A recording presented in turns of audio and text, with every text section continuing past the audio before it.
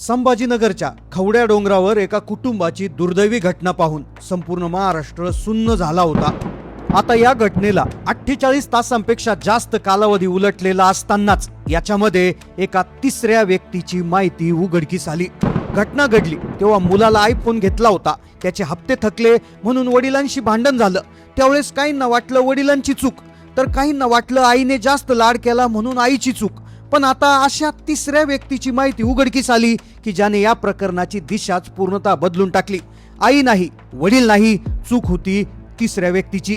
खरं तर घटना घडल्यात आली तेव्हा सांगण्यात आलं की घरात गरिबी होती, मुलाला तरी फोन घेऊन दिला, हप्ते थकले, वडिलांशी वाद झाला। त्यानंतर समजलं आईचं सोशल मीडिया अकाउंट होतं, यूट्यूबवर 28,000 फॉलोअर्स होते। त्याच्यात समजलं आई आणि मुलामधलं नातं हे घट्ट होतं। पण आता अक्षरशः या प्रकरणाला पूर्णतः वेगळा अँगल मिळालाय। मग आता संशय कुठून वाढला, तिसऱ्या व्यक्तीची एंट्री कुठून झाली? जेव्हा अंत्यसंस्काराची वेळ आली, जेव्हा या तिघांचे अंत्यसंस्कार करायचे होते तेव्हा ती एका गावात झाली नाही, वडिलांना त्यांच्या मूळ गावी नेण्यात आलं आणि आई आणि मुलांचे अंत्यसंस्कार आईच्या माहेरी करण्यात आले। आणि खरं तर इथूनच खरा संशय वाढू लागला होता। ही बातमी आता हिच्यामुळे सगळीकडे शंकेचं वातावरण पसरलंच होतं की तेवढ्यात कुणालच्या काकांची मुलाखत समोर आली। काकांनी दिलेली माहिती ऐकून या प्रकरणाचं चित्र पूर्णतः बदललं आहे। कारण ना आईची चूक होती, ना वडिलाची, ना कुणालची, चूक होती एका तिसऱ्याच व्यक्तीची। मग खरंच कोण आहे हा तिसरा व्यक्ती? काकांनी नेमकं घराच्या आतमधली अशी काय गुपित माहिती उघड केली की ज्याने हे प्रकरण 180 अंशात फिरलं? अंत्यसंस्कार वेगळ्या ठिकाणी होण्यामागचं नेमकं कारण काय? त्या तिसऱ्या व्यक्तीचा काय संबंध होता? चला जाणून घेऊया संपूर्ण सविस्तर रिपोर्ट। संभाजीनगर मधून आलेली एक घटना जिने महाराष्ट्राला सगळ्यात मोठा धक्का बसला होता। 19 वर्षाचा कुणाल जेव्हा खवंड्या डोंगराच्या कडेला जाऊन उभा राहिला, 3 तास आई वडील त्याची मनधरणी करत होते, पण एका क्षणात होत्याचं नव्हतं झालं। मुलापाठोपाठ आई आणि वडील दोघही गेले। आतापर्यंत या घटनेत नेमकं काय काय झालं, ही घटना कशी घडली, ही सगळ्यांनी सोशल मीडियावर आतापर्यंत पाहिलेली आहे। पण आता याच्या पलीकडची एक अशी तिसऱ्या व्यक्तीची गुपित बाजू आता समोर आलेली आहे। कारण की डोंगरावर जे दिसलं, सगळ्यांनी जे पाहिलं, पण ते वेगळंच होतं। कारण की याच्या मागे कुणाचा हात होता, कोण तो तिसरा व्यक्ती आहे, ही विचित्र माहिती आता समोर आली।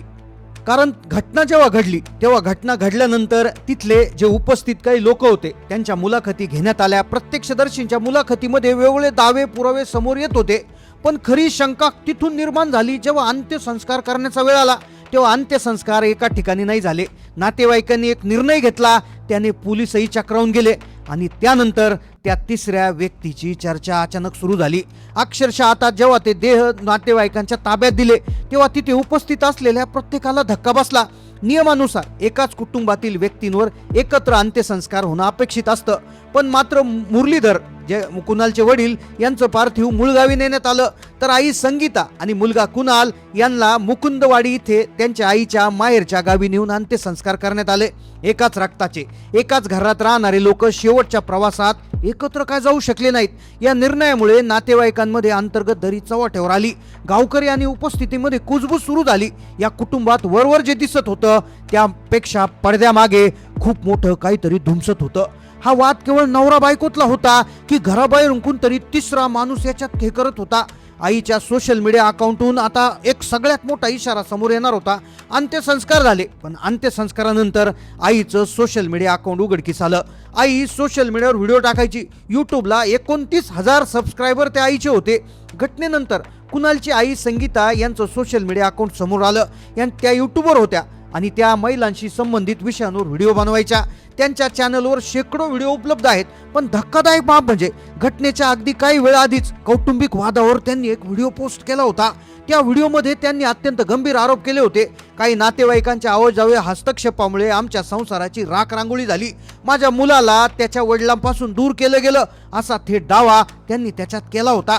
काही वर्षापूर्वी त्यांच्या मोठ्या मुलाचं निधन झालं होतं, तेव्हापासून कुटुंबावर दुःखाचा डोंगर कोसळला होता आणि याच नाजूक परिस्थितीचा गैरफायदा घेऊन एका नातेवाईकानं संसारात ढवळाढवळ सुरू केल्याचा आरोप त्या व्हिडिओत केला होता।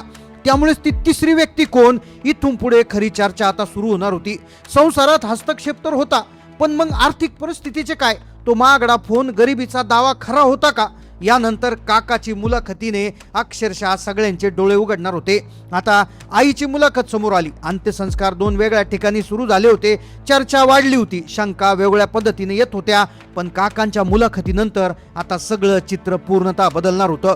सुरुवातीला आयफोनचे हप्ते, पैशाची चणचण हे सांगितलं जात होतं. पण कुणालच्या काकांनी कॅमेऱ्यासमोर येऊन दिलेली मुलाखत या प्रकरणाला पूर्ण कलाटणी देणारी ठरली. काकांनी स्पष्ट केलं की घरात गरिबी अजिबात नव्हती. वडिलांचा ट्रान्सपोर्टचा व्यवसाय होता. शेतीही त्यांना चांगली होती. शेती उत्तम चालत होती. कुणालच्या शिक्षणासाठी लाखोंची फी भरली गेली होती. काकांनी पुढे सांगितलं, कुणालकडे महागडे फोन आधीपासूनच होते. अक्षरशः एवढंच नाही तर घरात जर गरिबी असती तर त्यांनी एक कुत्रा पाळला होता आणि त्या कुत्र्याला 7 ते 8 हजार रुपयाचा महिन्याला खर्च केला जायचा. त्यामुळे फोनच्या हप्त्यावरून ही घटना झाली हा दावा इथे 100% चुकीचा ठरत होता, असं काकांचं म्हणणं आलं. काकांचं मत जे पुढे समोर येणार होतं त्याने सगळ्या प्रकरणाची दिशा बदलली होती. त्यांनी सांगितलं, घरातला अंतर्गत वाद, आई वडिलांमधला तणाव कुणाल सतत पाहत होता. तो अभ्यासात हुशार, पण घरातील अस्वस्थ वातावरणामुळे तो आतून खचला होता. डोंगरावर जाण्याचा निर्णय हा रागाच्या आणि संतापाच्या भरात त्यांनी घेतलेला असावा, असं काकांचं म्हणणं आलं. पण प्रश्न इथं त्या तिसऱ्या व्यक्तीचाच होता. गरिबी नव्हती. जर घरात इतकं चांगलं होतं, कुत्र्याला 8 हजार रुपये खर्च होता, तर आयफोनचे हप्ते थकण्याचा प्रश्न बाकी निर्माणच होत नव्हता. मग कोण होता तो तिसरा व्यक्ती?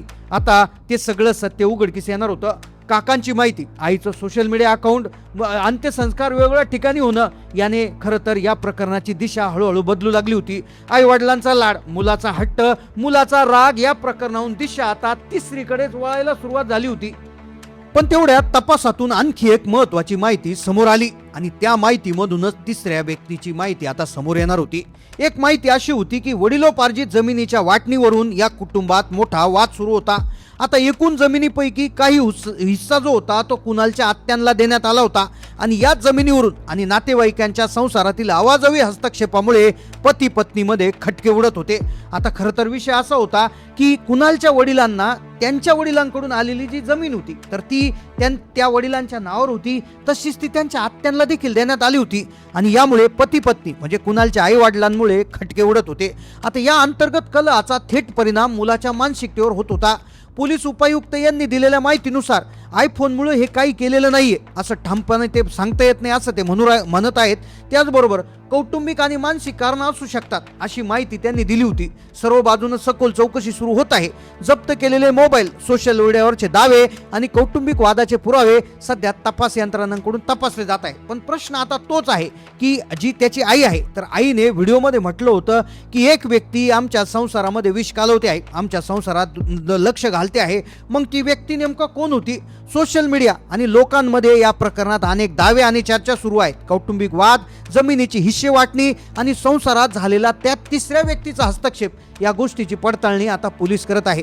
कोणत्याही निष्कर्षावर पोहोचण्यापूर्वी अधिकृत पोलीस तपास पूर्ण होण्याची वाट पाहणं गरजेचं आहे.